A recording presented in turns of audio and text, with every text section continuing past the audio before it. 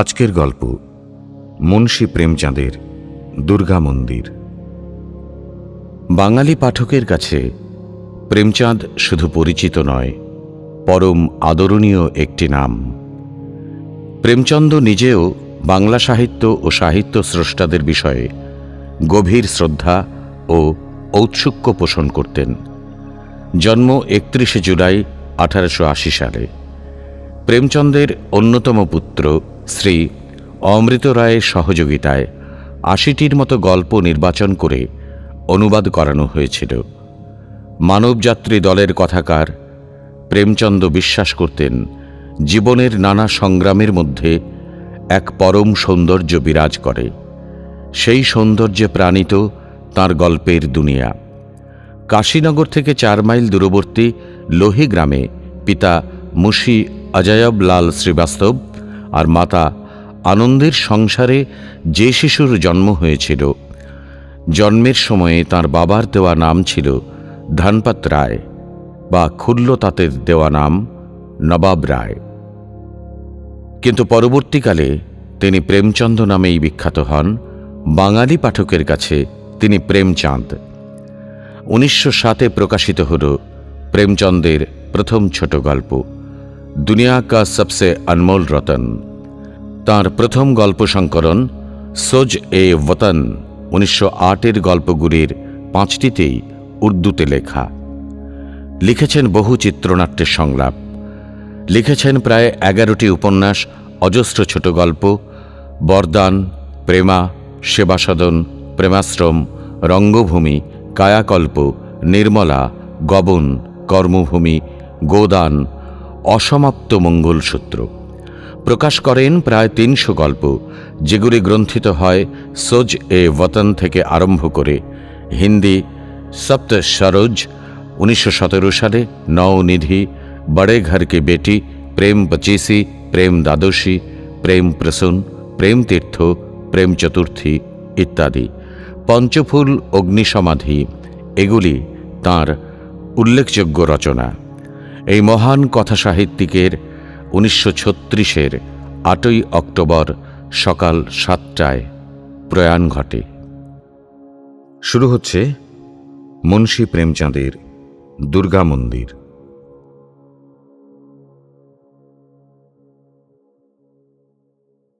ধূমপান ও মদ্যপান স্বাস্থ্যের পক্ষে ক্ষতিকর। Smoking and consumption of alcohol is injurious to health.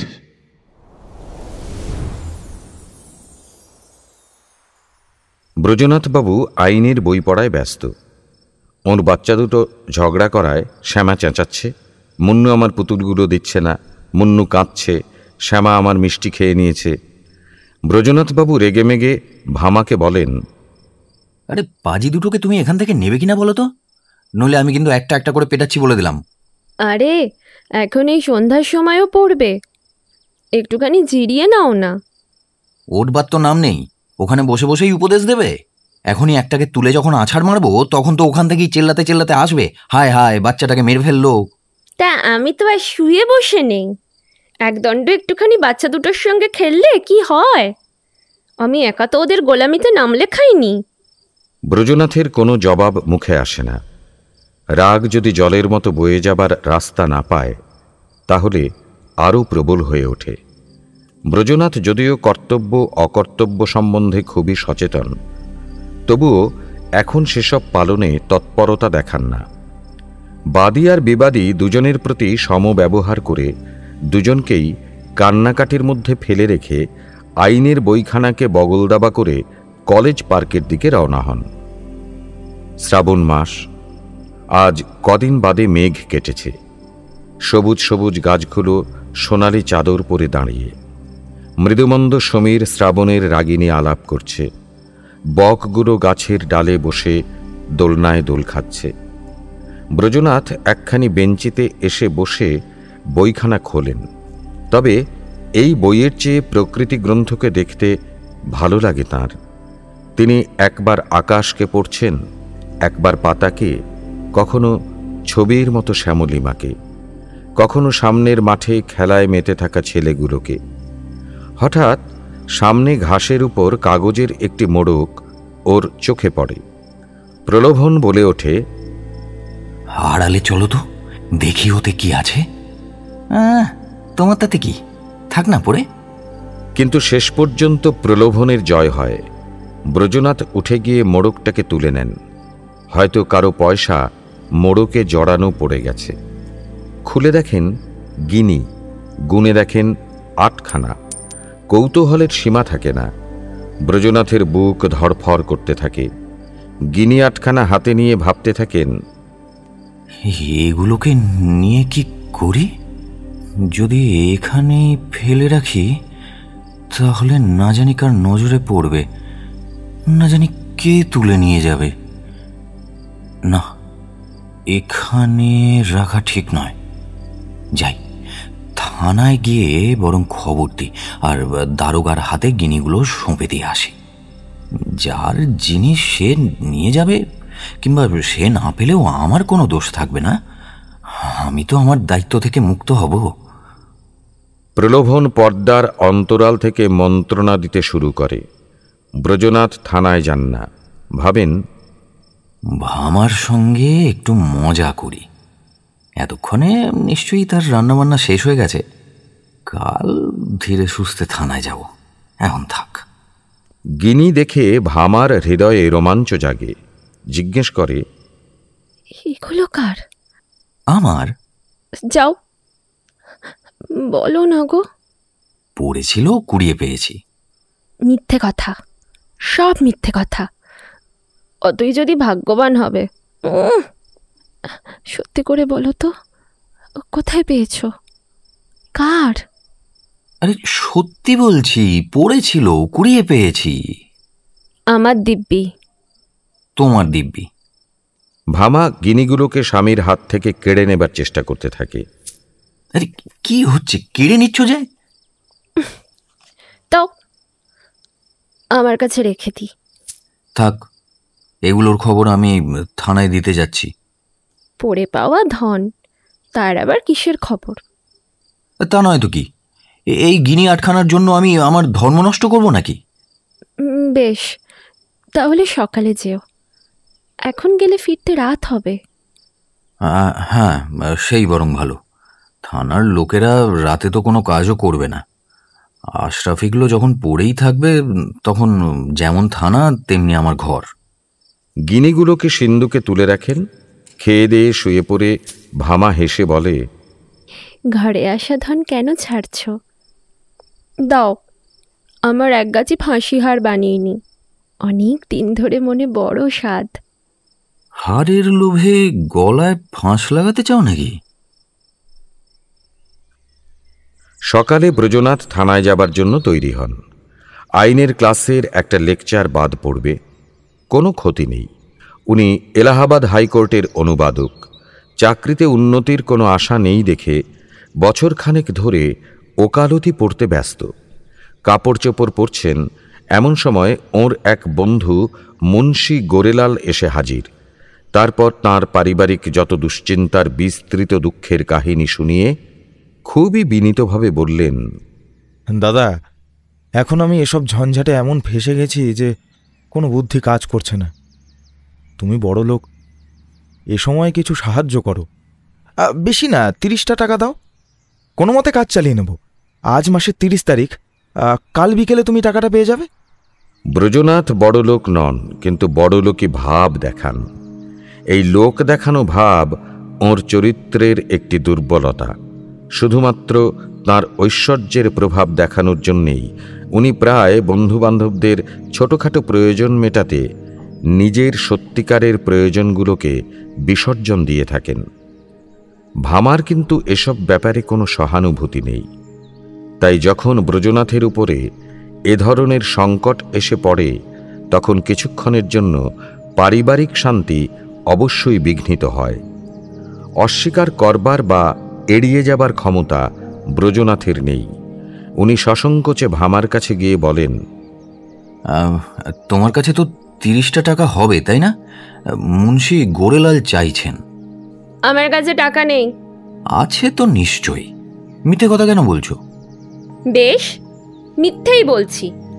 হ্যাঁ, আমি তাহলে ওকে গিয়ে কি বলি এখন? বলে দাওগে যাও, ঘরে টাকা নেই। তুমি বলতে না পারো, পর্দার আড়াল থেকে আমি বলে দিচ্ছি। যা বলবার সে তো আমি বলে দেব, তবে ওর বিশ্বাস হবে না। ভাববেন বানিয়ে বানিয়ে বলছি। ভাববেন তো ভাবুন গে। আমার দ্বারা এতটা অভদ্রতা হবে না। দিনরাত একসঙ্গে কাটাই, কি করে না করব বলো তো? বেশ, তাহলে যা মন চায় তাই করো গে। আমি একবার বলে দিয়েছি তো, আমার কাছে টাকা নেই, ব্যাস। ব্রজনাথ মনে মনে খুবই ক্ষুণ্ণ হন। তাঁর বিশ্বাস ভামার কাছে টাকা আছে, তবু শুধু তাকে বিড়ম্বিত করার জন্য অস্বীকার করছে। জেদ সংকল্পকে দৃঢ় করে তোলে। সিন্দুক থেকে 2টো গিনি বের করে গৌরীলালকে দিয়ে বলেন, ভাই, কাল বিকেলে অফিস থেকে ফিরেই টাকাটা দিয়ে যাবে। এগুলো একজন জমা রেখে গেছে, আমি এখনই বেরোচ্ছিলাম দিয়ে আসতে। কাল টাকা না পেলে আমাকে খুব লজ্জায় পড়তে হবে, মুখ দেখাতে পারবো না। জমা টাকা বউয়ের ছাড়া আবার কার হবে? গিনি 2টোকে পকেটে ফেলে উনি বাড়ির পথ ধরেন। আজ 1 তারিখের সন্ধ্যা। ব্রজনাথ দরজায় বসে গৌরীলালের জন্য অপেক্ষা করছেন। 5টা বেজে গেছে, গৌরীলাল এখনো আসেননি। ব্রজনাথের চোখ 2টো রাস্তার পানে চেয়ে আছে। হাতে একখানা চিঠি, কিন্তু পড়ায় মন বসছে না। 3 মিনিট বাদে বাদে রাস্তার দিকে তাকান আর মনে মনে ভাবেন, আজ মাইনের তারিখ, তাই আসতে দেরি হচ্ছে। বোধহয় আসছেন। 6টা বাজে, গৌরীলালের পাত্তা নেই। অফিসের কর্মচারীরা এক একজন করে চলে আসছে।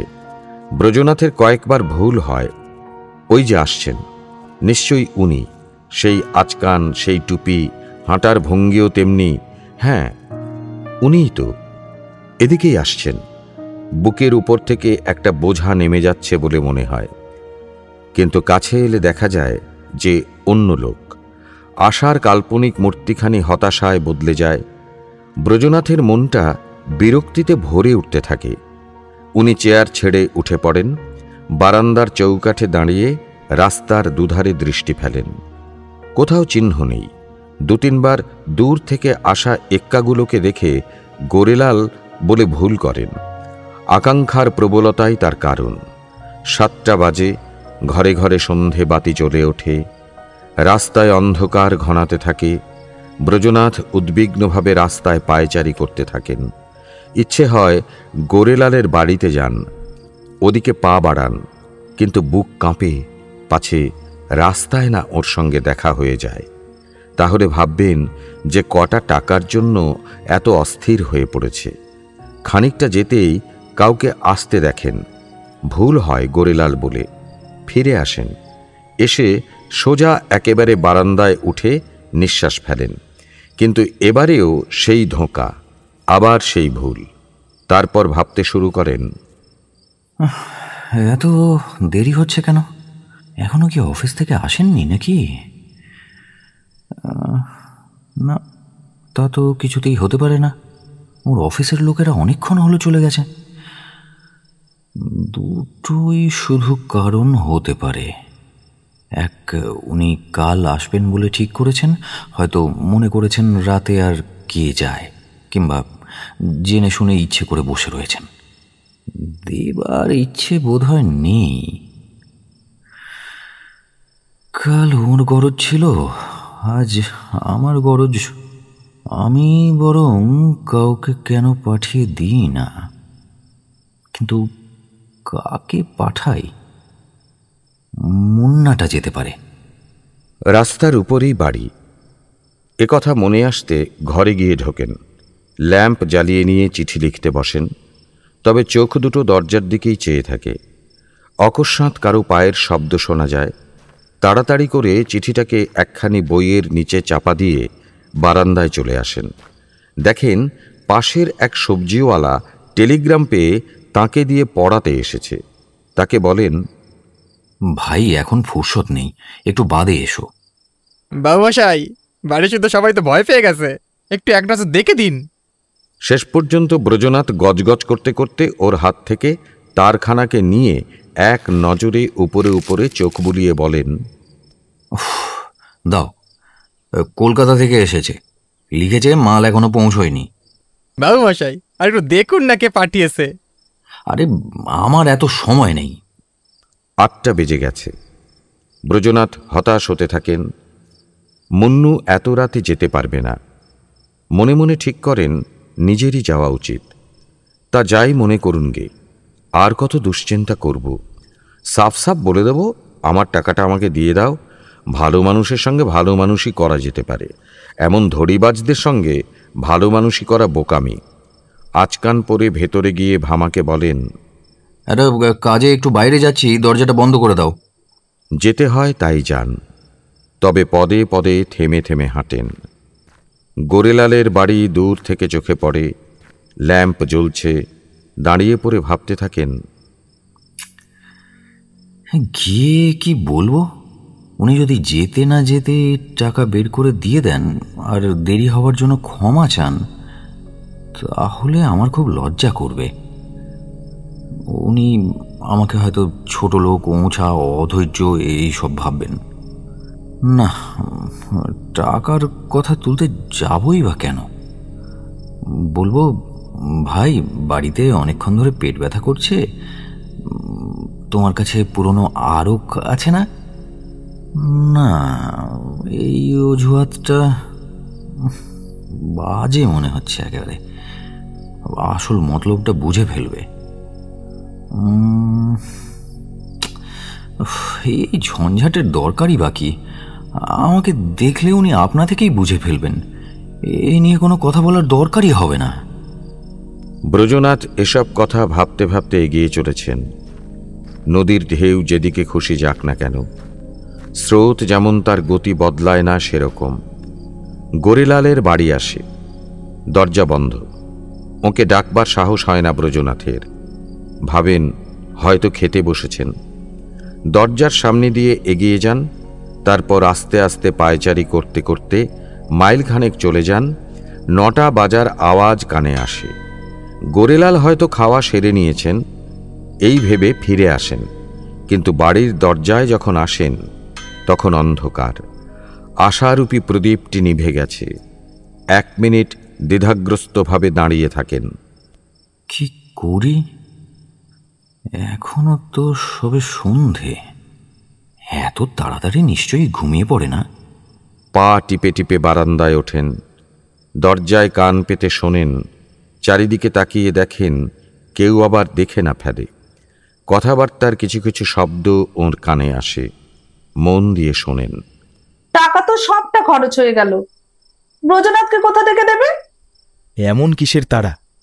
পরে দিয়ে দেবো। আজ ছুটির দরখাস্ত জমা দিয়ে এসেছি, কাল মঞ্জুর হয়ে যাবেই। 3 মাস বাদে ফিরব, তখন দেখা যাবে। ব্রজনাথের মনে হলো কেউ যেন মুখের উপর থাপ্পড় কষিয়ে দিয়েছে। ক্রোধে হতাশায় বারান্দা থেকে নেমে আসেন। বাড়ির দিকে যাবার সময় পা দুটো সোজা পড়ছে না, যেন সারাদিনের শ্রান্ত ক্লান্ত এক পথিক। সারাটা রাত ব্রজনাথ এপাশ ওপাশ করেন। কখনো গোরেলালের ধূর্ততায় রাগ হয়, কখনো নিজের বোকামিতে। কে জানে কোন গরিব বেচারার টাকা, ওর মনে না জানি কি হচ্ছে। তবে এখন আর রাগ করে বা দুঃখ করে কি লাভ, ভাবেন। টাকা কোত্থেকে জোগাড় হবে? মামা আগেই নেই বলেছে।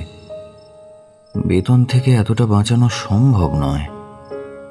5-10 টাকার ব্যাপার যদি হতো তাহলে খরচ কাটছাঁট করে দেখা যেত, কিন্তু এখন তাহলে কি করি? কারো কাছ থেকে ধার নেব? কিন্তু আমাকে কে ধার দেবে? আজ অবধি কারোর কাছে হাত পাতবার দরকার হয়নি, আর আমার এমন কোনো বন্ধুও তো নেই। যারা আছে তারাই আমাকে বিরক্ত করে, আমাকে আর কি দেবে? যদি কিছুদিন আইনের ক্লাস ছেড়ে অনুবাদের কাজে বসি তাহলে টাকা জোগাড় হতে পারে। কম করেও 1 মাসের হাড় ভাঙা খাটুনি। সস্তা অনুবাদকের জন্য দরও তো পড়ে গেছে। হায় রে শয়তান, তুই এমন দাগা দিলি, না জানি কোন জন্মের শত্রুতার প্রতিশোধ নিলি তুই। পথে বসিয়ে দিলি একেবারে। পরদিন থেকে ব্রজনাথের মাথায় টাকার ভাবনা ভর করে। সকালবেলা আইনের ক্লাসে যান, সন্ধেবেলা অফিস থেকে মামলার রায়ের পুলিন্দা বাড়িতে নিয়ে আসেন আর মাঝরাত অবধি জেগে অনুবাদ করেন। মাথা তোলার সময় পান না। কখনো কখনো রাত 1-2 বেজে যায়। মস্তিষ্ক যখন একেবারে শিথিল হয়ে পড়ে, তখন বাধ্য হয়ে খাটিয়াতে পড়ে থাকেন। কিন্তু এতটা পরিশ্রমের অভ্যাস নেই বলে মাঝে মাঝে মাথায় যন্ত্রণা হতে থাকে। কখনো হজমে বিঘ্ন হয়, কখনো জ্বর এসে যায়। তা সত্ত্বেও উনি মেশিনের মতো কাজ করে যান। ভামা কখনো কখনো রেগেমেগে বলে, কি গো, একটু শোও না, বড় ধর্মাত্মা হয়েছে। তোমার মতো 5-10টা লোক আরো থাকলে না, সংসারের কাজকর্ম বন্ধ হয়ে যেত। ব্রজনাথ এই বিঘ্নকারী ব্যঙ্গ বিদ্রুপের কোনো উত্তর দেন না। ভোর হতে না হতেই আবার সেই একই রকম কাজ শুরু করেন। এমনি করে 3-3টে সপ্তাহ কেটে যায়, আর এদিকে মাত্র 25টা টাকা হাতে আসে। ব্রজনাথ ভাবেন আর 2-3 দিনের মধ্যে তরি তীরে ভিড়বে। কিন্তু 21 দিনের দিন ওর প্রচণ্ড জ্বর আসে। 3 দিন পর্যন্ত সে জ্বর ছাড়ে না। ছুটি নিতে হয়, শয্যাশায়ী হয়ে পড়েন। ভাদ্র মাস। ভামা মনে করে পিত্তের প্রকোপ। কিন্তু 1 সপ্তাহ ধরে ডাক্তারের ওষুধ খেয়েও যখন জ্বর কমে না, তখন ভয় পেয়ে যায়। ব্রজনাথ প্রায়ই জ্বরের মধ্যে বকাঝকা করতে থাকেন। শুনে ভয়ের চোটে ভামা ঘর থেকে পালিয়ে যায়। সংকটে পড়লে আমরা ধর্মভীরু হয়ে পড়ি। ওষুধপত্রে হতাশ হয়ে দেবতাদের শরণ নিই। ভামাও দেবতাদের শরণ নেয়। জন্মাষ্টমী, শিবরাত্রি আর তৃতীয়ার উপোস ছাড়া সে এতদিন আর কোনো ব্রত করত না। এবারে সে নবরাত্রের কঠিন ব্রত শুরু করে। 8 দিন পুরো হয়। শেষ দিন আসে, প্রভাত বেলা। ভামা ব্রজনাথকে ওষুধ খাওয়ায়। তারপর বাচ্চা দুটোকে নিয়ে মা দুর্গার পুজো দিতে যায়। ওর হৃদয়ে আরাধ্যা দেবীর প্রতি শ্রদ্ধায় ভরপুর। মন্দির প্রাঙ্গণে গিয়ে পৌঁছয় সে। পূজারীরা আসনে বসে চণ্ডীপাঠ করছেন। ধূপ আর চন্দনের সুগন্ধ আসছে। ভামা মন্দিরে প্রবেশ করে। সামনে দুর্গার বিশাল প্রতিমা শোভা পাচ্ছে। দেবীর মুখে এক অপূর্ব দীপ্তি। বিশাল চোখ দুটিতে উজ্জ্বল জ্যোতি। পবিত্রতার এক জ্যোতির্মণ্ডল পরিব্যাপ্ত। ভামা এই দীপ্তবর্ণা মূর্তির সামনে সোজাসুজি তাকাতে পারে না। ওর অন্তঃকরণে একটা নির্মল বিশুদ্ধ ভাব মিশ্রিত ভয়ের উদয় হয়। চোখ দুটি সে বুজে ফেলে। নতজানু হয়ে বসে জোড় হাত করে করুণ কণ্ঠে সে মিনতি করে, মা, মা গো, আমাকে একটু দয়া করো মা, আমাকে একটু দয়া করো। ওর যেন মনে হয় দেবী হাসছেন।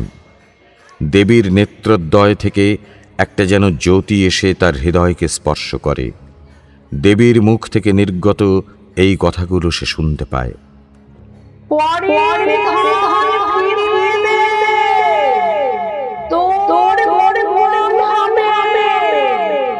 ভামা উঠে বসে। ওর চোখ দুটিতে নির্মল ভক্তির আভাস ফুটে উঠেছে। মুখমণ্ডল থেকে পবিত্র ভক্তি ঝরে পড়ছে। দেবী বোধহয় ভামাকে তাঁর আপন প্রভার রঙে রাঙিয়ে তুলেছেন। ইতিমধ্যে আরেকজন স্ত্রীলোক আসে। উজ্জ্বল কেশরাশি তার শুষ্ক মুখখানির দুপাশ থেকে ঝুলছে। শরীরে শুধু একখানি শ্বেতশুভ্র শাড়ি, হাতে চুড়ি ছাড়া আর কোনো অলঙ্কার নেই। শোক আর হতাশার যেন সাক্ষাৎ প্রতিমা।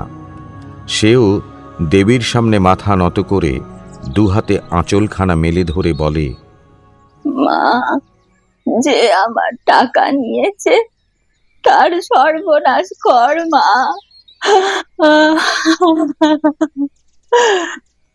সে তার যেমন মেজরাপের আঘাতে থরথরিয়ে কেঁপে ওঠে, ভামার মনটাও তেমনি অনিষ্ট আশঙ্কায় থরথর করে কেঁপে ওঠে। কথাগুলো তীক্ষ্ণ স্বরের মতো ওর বুকে বিদ্ধ হয়। সে মা দুর্গার দিকে কাতর চোখে তাকায়। দেবীর জ্যোতির্ময় প্রতিমা ভয়ঙ্কর, নেত্রোদ্বয় থেকে ভীষণ অগ্নিশিখা বেরিয়ে আসছে। আকাশ থেকে, মন্দিরের সামনেকার বৃক্ষগুলি থেকে, মন্দিরের সমস্ত স্তম্ভ থেকে, সিংহাসনের প্রজ্বলিত প্রদীপ থেকে এবং দেবীর করাল মুখ থেকে এ কথাগুলো নির্গত হয়ে ভামার অন্তঃকরণে সর্বত্র ধ্বনিত প্রতিধ্বনিত হতে থাকে।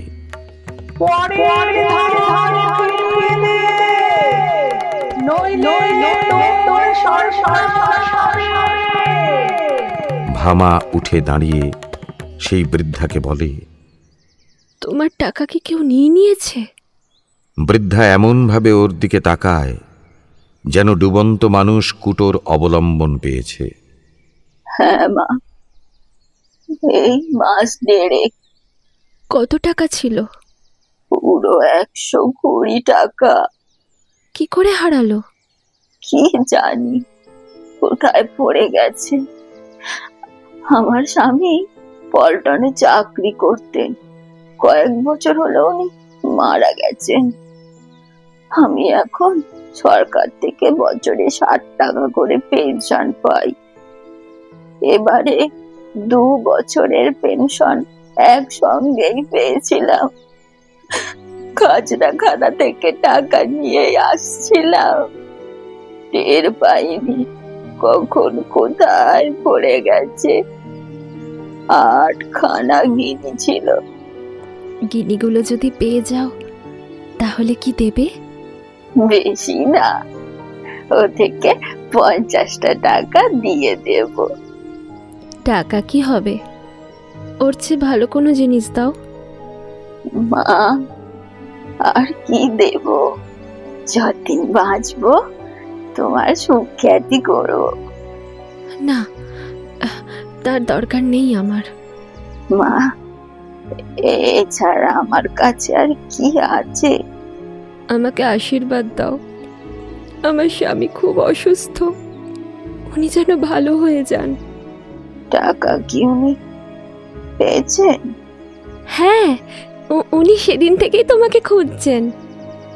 বৃদ্ধা হাঁটুতে ভর দিয়ে বসে পড়ে আর আঁচল পেতে কম্পিত কণ্ঠে বলে, মা, এদের কল্যাণ করো। ভামা আবার দেবীর দিকে সশঙ্ক দৃষ্টিতে তাকায়। দেবীর দিব্য রূপে স্নেহের প্রকাশ, দুচোখে করুণার আনন্দদায়িনী আভা। ভামার অন্তঃকরণে কোন এক স্বর্গলোক থেকে এ ধ্বনি কানে আসে, সন্ধ্যাবেলা ব্রজনাথের সঙ্গে এক্কায় ভামা তুলসীর বাড়িতে ওর টাকাটা ফেরত দিতে যাচ্ছে। ব্রজনাথের এত পরিশ্রমের রোজগার তো ডাক্তারের পায়ে উৎসর্গ হয়ে গেছে।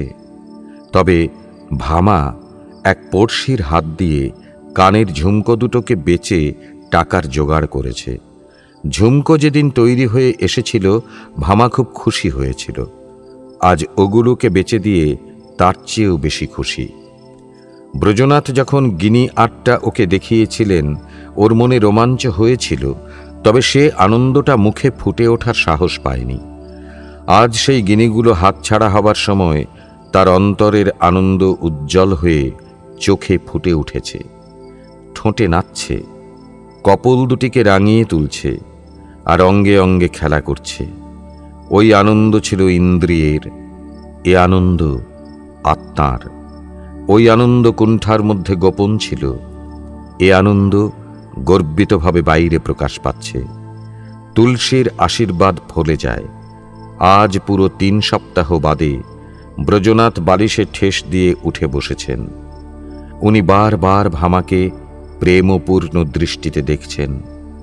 ভামাকে আজ দেবী বলে মনে হচ্ছে।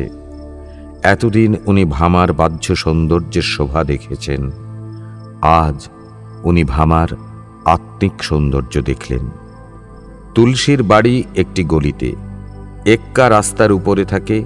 ব্রজনাথ এক্কা থেকে নেমে তার ছড়িতে ভর দিয়ে ভামার হাত ধরে তুলসীর বাড়িতে যান। তুলসী টাকা নেয়, দুহাত তুলে আশীর্বাদ করে, বলে, মা দুর্গা তোমাদের মঙ্গল করুন। বর্ষার পরে গাছের পাতাগুলো যেমন উজ্জ্বল হয়ে ওঠে, তুলসীর ফ্যাকাশে মুখখানাও তেমনি উজ্জ্বল হয়ে ওঠে। মুখের বলিরেখাগুলো মিলিয়ে যেতে দেখা যায়। মনে হয় যেন জীর্ণ দেহ সতেজ হয়ে উঠেছে, সে নবজীবন লাভ করেছে। সেখান থেকে ফিরে এসে ব্রজনাথ ঘরের দরজায় বসে আছেন। এমন সময় গোরেলাল এসে বসেন। ব্রজনাথ মুখ ঘুরিয়ে নেন। দাদা, শরীর কেমন আছে? খুব ভালো আছি। আমাকে ক্ষমা করো, আমার বড় খারাপ লাগছে যে তোমার টাকাটা দিতে এত দেরি হয়েছে। 1 তারিখেই বাড়ি থেকে একটা জরুরি চিঠি এসে গেল, আর আমি কোনো মতে 3 মাসের ছুটি নিয়ে বাড়ি ছুটলাম। ওখানকার বিপত্তির কথা বলতে গেলে শেষ হবে না। তোমার অসুখের খবর শুনে আজ ছুটতে ছুটতে এসেছি। এই নাও টাকাটা, এনেছি। এই দেরির জন্য আমার সত্যিই খুব লজ্জা করছে। ব্রজনাথের ক্রোধ শান্ত হয়ে যায়। বিনয়ের মধ্যে শক্তি। বলেন, আগে হ্যাঁ, মানে অসুস্থ ছিলাম বটে, তবে এখন ভালো আছি। আপনাকে আমার জন্য শুধু শুধু কষ্ট করতে হলো। এখন যদি আপনার অসুবিধে থাকে তাহলে পরে দিলেও হবে টাকাটা। আমি এখন ঋণমুক্ত হয়ে গেছি, এমন কিছু তাড়া নেই। গোরেলাল বিদায় নিলে ব্রজনাথ টাকাটা নিয়ে ভেতরে এসে ভামাকে বলেন, এ নাও তোমার টাকা। গোরেলাল দিয়ে গেল। এ আমার টাকা নয়, তুলসীর। পরের টাকা নেওয়ার শিক্ষা হয়ে গেছে আমার। কিন্তু তুলসীর সব টাকা তো চুকিয়ে দেওয়া হয়ে গেছে। চুকিয়ে দেওয়া হয়েছে তো কি হয়েছে? এ ওর আশীর্বাদের দান। কিন্তু কানের ঝুমকো কোত্থেকে আসবে? ঝুমকো না থাকে না থাকবে, চিরদিনের জন্য কান তো রয়ে গেল।